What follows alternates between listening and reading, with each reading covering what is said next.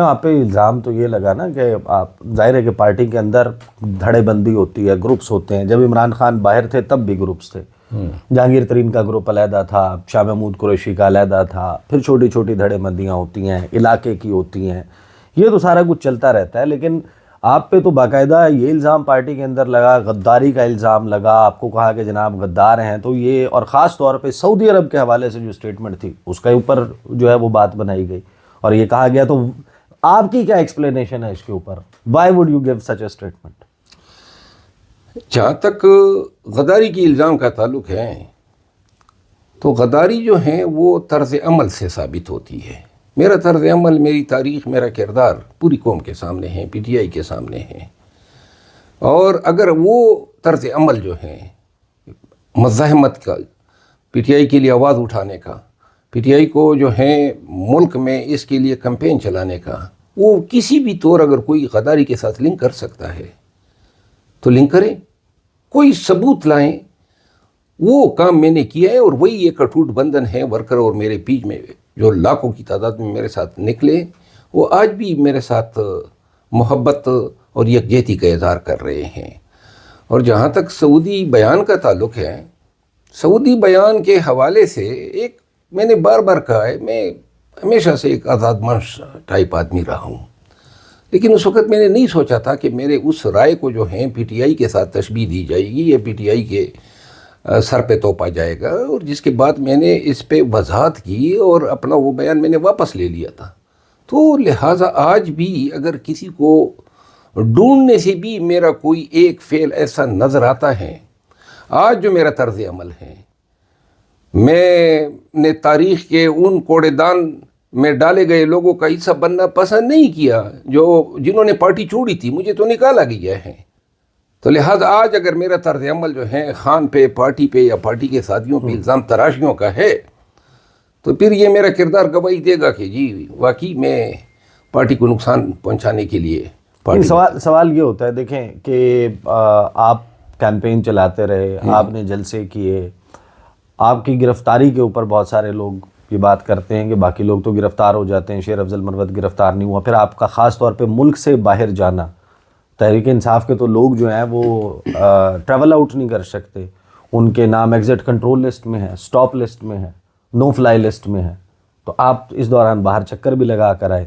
سوال تو پھر اس پہ اٹھتا ہے. دیکھیے، میں چکر ان اوقات میں لگا کے آیا جب میرے خلاف کوئی کیس نہیں تھے. 9 مئی سے پہلے میری کوئی political history P T I کے ساتھ نہیں تھی، گرچہ میں 2017 میں پی ٹی آئی میں آیا تھا.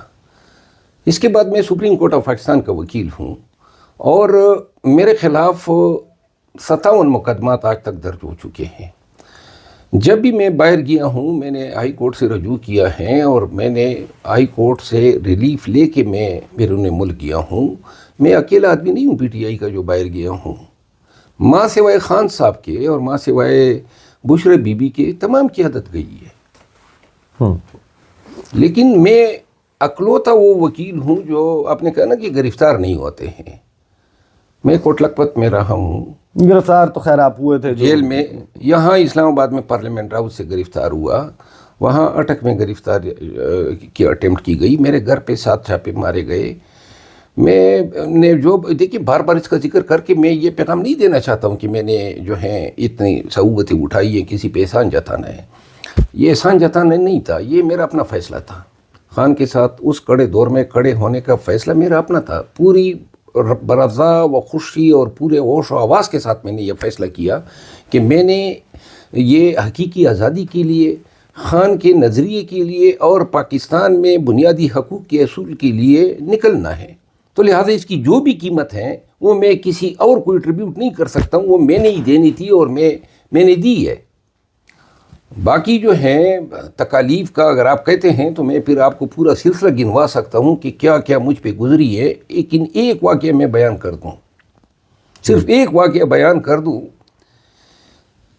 ایجنسیوں نے اور پولیس نے میرے گھر پہ چھاپا مارا اسلام آباد میں. رات کے 2 بجے کا ٹائم تھا اور اس وقت جو ہے میں نکلا ہوں.